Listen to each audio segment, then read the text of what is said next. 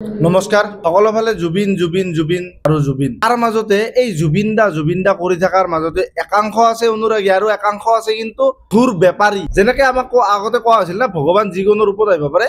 এই বেপাৰীসকলে আজিকালি যিকোনো ৰূপত আহিব পাৰে কি ইউটিউবাৰ হ'ব পাৰে নিউজ চেনেল হ'ব পাৰে এই ফেচবুক কণ্টেণ্ট ক্ৰিয়েটৰ হ'ব পাৰে আৰু পলিটিচিয়ান হ'ব পাৰে জুবিন দাক এটা বেপাৰ ধৰণত বনাই লৈছি তাৰমানে জুবিন দা জীয়াই থাকোঁতেতো এটা একাংশইতো লুটি পুটি খালে এটা মানে এতিয়া তাৰমানে ভাগ নাপাসকলে জুবিনৰ নামত টি চাৰ্ট বনাই আছে টুপি বনাই আছে সেইগিলা বিক্ৰী কৰি আছে হয় নহয় কিছুমান কণ্টেণ্ট বনাই আছে আৰু লাষ্ট আহিল একচুৱেলি লাষ্ট নহয় ফাৰ্ষ্টত আহিব লাগিছিল লাষ্ট আহিল এই পলিটিচিয়ানখিনি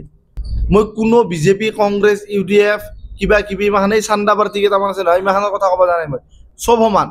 চব চুৰ কিন্তু কথাটো হ'ল তাতে মাজত এটা আছে গৌৰৱ গগৈ যে তৰুণ গগৈ চলি এটো তাৰমানে নিসন্দেহ একো তাৰমানে তাতে ডাউট নাই ক্লিয়াৰ হৈ গ'ল মোৰ কাৰণ এটা সময়ত তৰুণ গগৈ ডাঙৰীয়া কৈছিল যে বাদ দিয়াহে আমেৰিকাতো বানপানী হয় তাৰ পুতকে কি কৈ আছে বেলেগ বেলেগ ৰাজ্যতো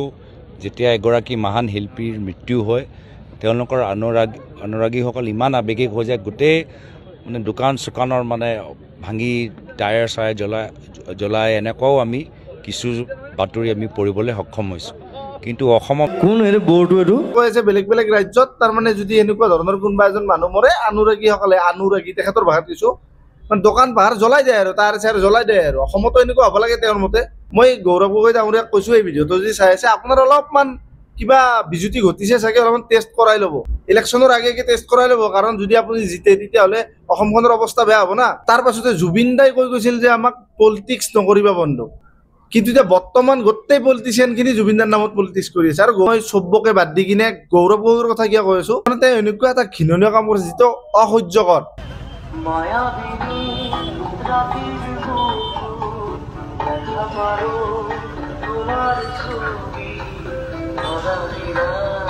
মায়াবিনী গানটো জুবিন দাই অনুভৱ কৰিব দিছিল কৈ গৈছিল যে কেলা মই মৰাৰ পাছত এই গানটো বজাবি কিন্তু বা শুনিবি কিন্তু বা বুজিবি কিন্তু সেই গানটোক লৈ কিনে ৰাজনীতি কৰাটো কিন্তু বিচৰা নাছিল আৰু পলিটিক্স নকৰিবা বন্ধু বুলি সেই মানুহজনে কৈ গৈছিল আৰু সেই মানুহজনৰ এই গানটোক লৈ কিনে পলিটিক্স কৰাটো কিন্তু একদম অসহ্যকৰ হৈছে এইটো অসমবাসীয়ে কেতিয়াও সহ্য নকৰে কি কাৰণ আপোনালোকে পলিটিক্স কৰিব বেলেগ আপোনালোকৰ বেলেগ টপিক আছে বেলেগ কৰক কিবা দিয়ক ৰাইজক কিবা দি কিনে পলিটিক্স কৰক বা কিবা দিম বুলি পলিটিক্স কৰক অমুক বনাই দিম তমুক বনাই দিম পিছত দিয়ে নিদিয়ে এনেও দেখা পাই আহিছোঁ কায়ো নিদিয়ে কিন্তু জুবিন দাৰ নামত পলিটিক্স নকৰিব চিধা কথা কৈ দিছোঁ বাকী মোৰ নিচিনা জুবিন দাৰ অনুৰাগীসকললৈ এটাই অনুৰোধ থাকিল এই ভিডিঅ'টো ইমানে শ্বেয়াৰ কৰক যাতে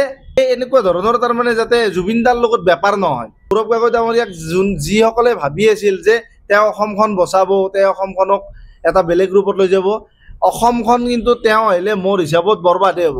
কাৰণ তেওঁ যদি অসমখনক জ্বলি উঠা বিচাৰে তেতিয়াহ'লে আহিলে কি কৰিব গৌৰৱ গগৈ যদি আজিৰ ডেটৰ মুখ্যমন্ত্ৰীও থাকিল হয় তথাপি মই এইখিনি কথা ক'লোঁ বাকী আপোনালোকৰ মতামতখিনি কমেণ্ট কৰি জনাব ধন্যবাদ জয় অসম জয় জুবিন দা জাষ্টিছ ফৰ জুবিন গাৰ্গ